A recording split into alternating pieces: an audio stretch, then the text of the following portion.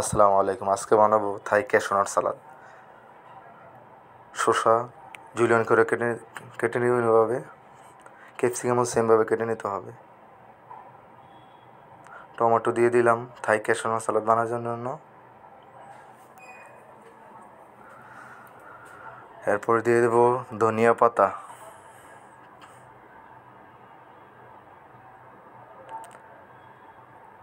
দিয়ে দেবো পেঁয়াজ কুচি ক্যাশনাট সালাদ বানানোর জন্য।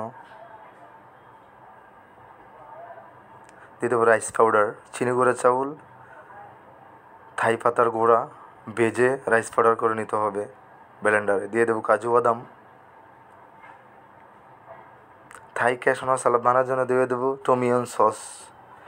এই সসের মধ্যে সব দেওয়া আছে: চিনি, লবণ, টেস্টিং সল্ট,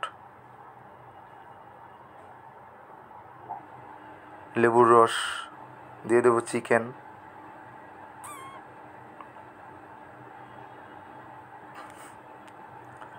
আসলে থাই ক্যাশনাট সালাডটা অন্যরকম, একটা আলাদা ফ্লেভার। যেটা আছে রেগুলার ক্যাশনাট সালাদ, যেটা আমরা সস দিয়ে করি, এটার টেস্ট আর ওইটার টেস্ট একবারে ডিফারেন্ট।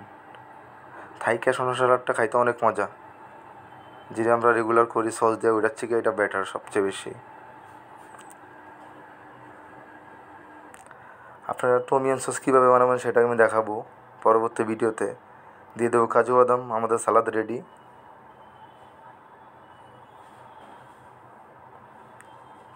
তাই সবাই ভালো থাকবেন। আসসালামু আলাইকুম।